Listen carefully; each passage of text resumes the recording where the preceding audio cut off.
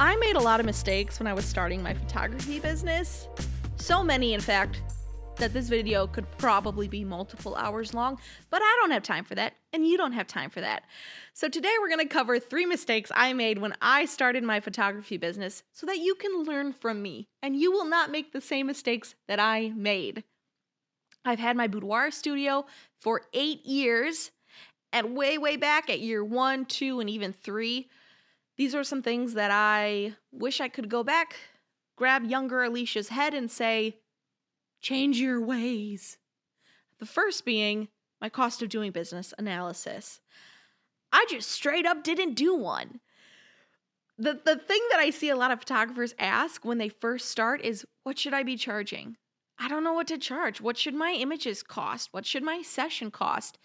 And I don't think that's the right question to ask, even though I was also asking it 8 years ago. The question is, how much money do you need to earn?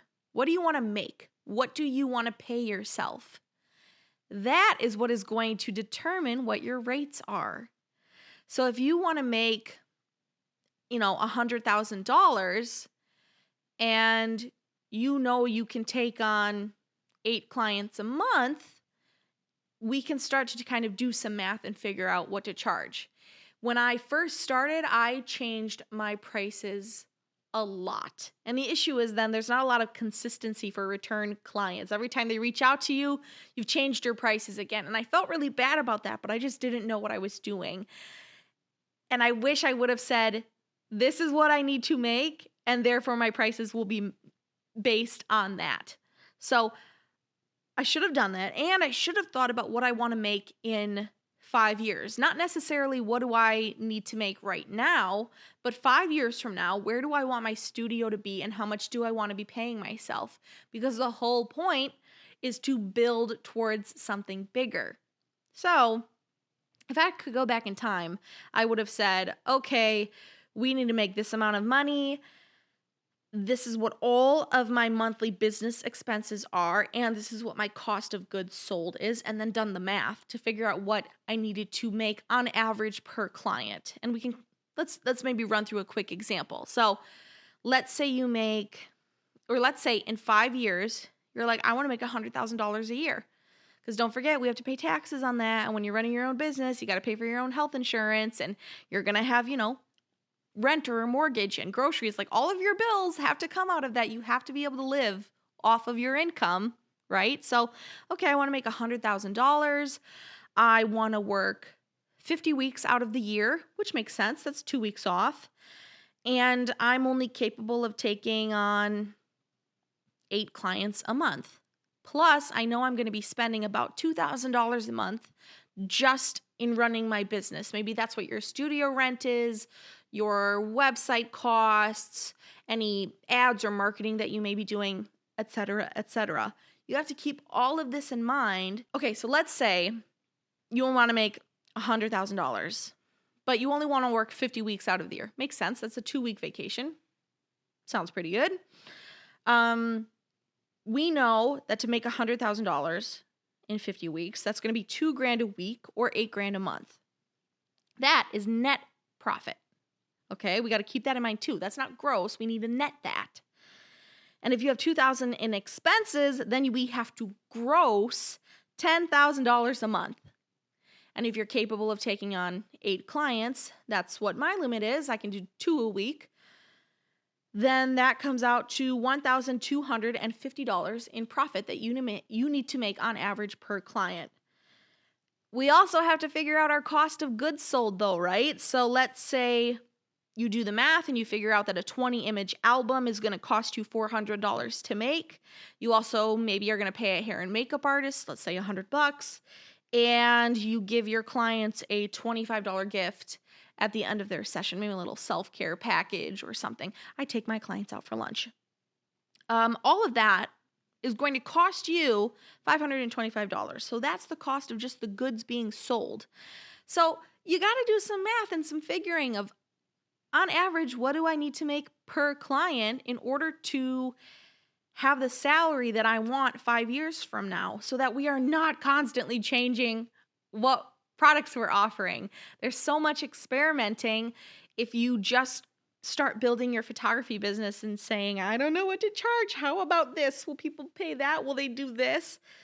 It doesn't, what matters is how much money you're able to make so that you can live. Just live a nice life. Nothing, nothing crazy or anything like that, but just a nice life where all of your bills are paid. You can go on vacation. You can have extra money for fun. We do not want to be living the ramen lifestyle anymore. Okay? That's been there, done that. That was college for me. I didn't want to do that anymore. And that's kind of why I was like, I'll start my own business, right? So if I could go back in time and talk to younger Alicia 8 years ago, I would have said, you need to do some math. You got to open up an Excel spreadsheet, put some formulas down, figure out what you are spending every single month just to run your business, figure out what the cost of your goods being sold are, and then kind of work backwards to figure out the average that you need to make per client. Now, of course, what people will pay is also very important. If you have something hugely crazy overpriced, yeah, you might not get any clients, but you need to figure out sort of the two together. And I think what you're going to pay yourself is really the jumping off point. Do a cost of doing business analysis, and you're going to feel so much more comfortable and confident in your numbers. Because if someone says, oh, that's too expensive, there's no way I can do that. Without that CODB analysis, it's really easy to go, oh my gosh, maybe it is too expensive. I know I certainly felt that way a lot when I started. I'm charging too much. I have imposter syndrome. I don't deserve to make any money from my boudoir photography. As soon as I did a cost of doing business analysis and I realized, oh no, in order for all of my bills to be paid and to live just a nice middle class life, I do need to charge this much, and that is just the way that it is. I will not be able to afford my mortgage if I don't charge this amount. So the confidence you will have, it'll be so good because you will feel really good about your numbers. You'll know that this is what you need to do. And when someone comes forward and says, oh, that's just not for me, that's out of your budget, you won't feel like you have to drop your prices down to $100, right? Like, I don't know how people are making a living charging only $100 for a photo shoot, and then they give away all of the images. If you think about it, that's only like $800 a month. Like, that's what I would be making, $800 a month. That does not even cover my studio rent. So that was mistake number one. My second mistake was not using a CRM from the get-go, which is a customer relationship management software. I was very aware of what I could and couldn't spend in a month, and I did not think that a CRM was something that I needed to have in my budget. I very much thought I could just do it myself. How hard could it be?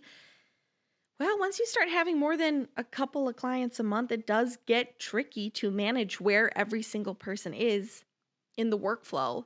And I ran into issues where I was forgetting to email people really crucial information. I had like a 1 week email that I always sent to everybody. And I would realize like, oh my gosh, this person's session is in 3 days. And I have not sent them their 1 week reminder email. Okay, let me quick do that. And then I was manually doing it, which was a huge time suck to go in and for every single person copy and paste the same email because they're all getting the same information. Here's how to find my studio. Here are the tips for getting ready. Don't forget to pack this. Don't forget to do that. It was the same information. And I would just have to copy and paste it and send it and remember to send it at the same point for each client. It got to be way too confusing. I was missing steps. I was not showing up as my best self for my clients. And once I got a CRM, it was like the clouds parted and the sun hit me in the face. And I was like, this is so much easier. Now I have automation set up. When someone books a session with me, they get step A, step B, C, D, E. I automatically send them like 5 emails over the course of their prep. They get one the day before, 3 days before, 1 week before. They get automated reminders about when their consultations are. They get reminders about when their discovery calls are. They get their dream shoot planner, and it's very easy for them to go in there and make changes and to shop. Like, they can add things onto their session or set up a prepayment plan. all within the Dream Shoot Planner. We don't have to do back and forth emails of, I want to spend this much. Okay, here's your invoice. Did you get your invoice?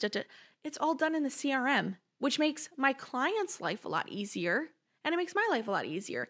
I know that they're getting the information that they need to feel confident going into their session because it's all automated and I don't have to remember to send it to them. Plus, there's like lead forms now, which makes it super easy for people to book a discovery call with me or set up some kind of appointment with me. I can send invoices within my CRM. I don't know. It's just made my life exponentially better and has saved me so much time. And I wish I would have started using one within the first year. I didn't have a ton of clients in that first year, but just from an organizational standpoint, my stress level would have been so much lower. I use HoneyBook, and I will leave a referral code so you can save 30%. I'll put that in the description. But even if you don't want to use HoneyBook, Dubsado, 17 Hats, I mean, there's a lot of options out there, especially for photographers. And I would highly recommend looking into one, even if you're just starting out, even if you're like, I don't have that many clients yet. Oh, the not having to worry about workflows and step A, step B, step C. It's amazing. So I wish I would have set up a CRM a lot sooner. And the last thing that I wish I would have done, or rather the last thing we'll talk about in this video, because again, I messed up a lot when I started my business and we don't have time for all of that. My last mistake for this video was relying heavily, let's be real, solely on social media for my marketing. I came from a social media background. I was a social media manager for a company prior to me quitting my job and doing this full time.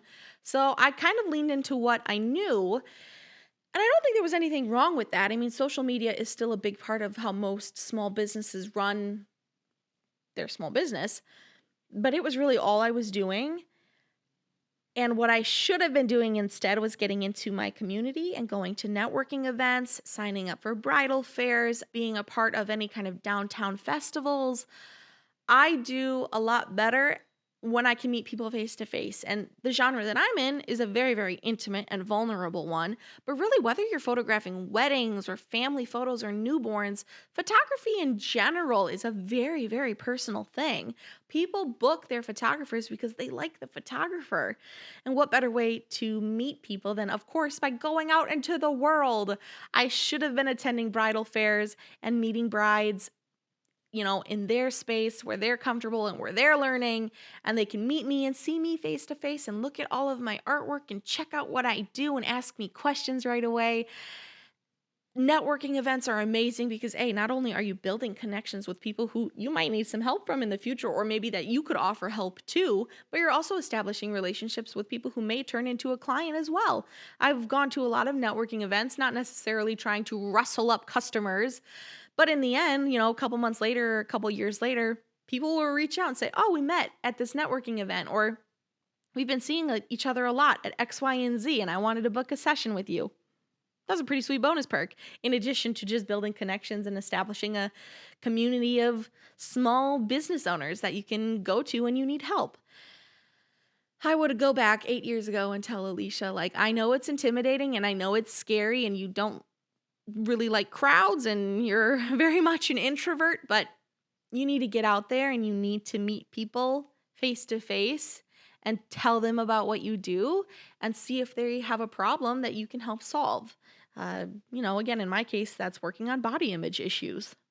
Maybe a photo shoot could help with that. And I need to talk to people about it. And instead, I just relied so heavily on Facebook and Instagram, kind of getting the word out.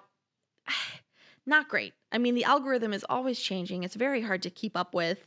Unless you have a social media team, it's really, really difficult, I feel, to even stay on top of it because as a studio owner, you're wearing 20 different hats as it is, trying to organize this and market that and plan that. Plus you have clients you need to reach out to and photos you need to edit. Relying solely on social media for marketing really was not what I should have done 8 years ago, and it definitely is not something you should be doing now. diversify the way that you market, diversify the way you meet people, diversify the way you spread the word about how cool your photography business is, and that is going to be totally worth it. If you are nervous, I get that too. I was very nervous for the first couple of networking things that I went to. It does go away. I promise that the butterflies do go away. As you become more confident in your own business, you'll be more confident going into those networking events and bridal fairs and things like that. So it does get better. I know it's scary at first, but you got it. You can do it. And I know you can do it because I had to do it. And don't make the same mistakes that I made. Learn from me. Listen to me. Don't mess up the way that I messed up, because I want you to have the best experience possible as you're growing and building your studio. And hopefully it won't take you, 8 years to be where I'm at right now. Maybe you can do it in 3 or in 4. I think when we set ourselves up for success right from the get-go, obviously we're going to have a better time down the road. And when it comes to photography studios, 50% close within the first year and 95% close within 5 years. And I want you to be a part of the 5% that makes it. To be honest, I would love to see that 95% drop down altogether. I would love to have small business owners out there kicking butt at their photography studios, but I certainly want you to be a part of the 5%. So did you learn something? Are you making the same mistakes that I was making? Let me know in the comments, and stick around, subscribe, like for more photography studio tips, tricks, education, all that good stuff. Bye.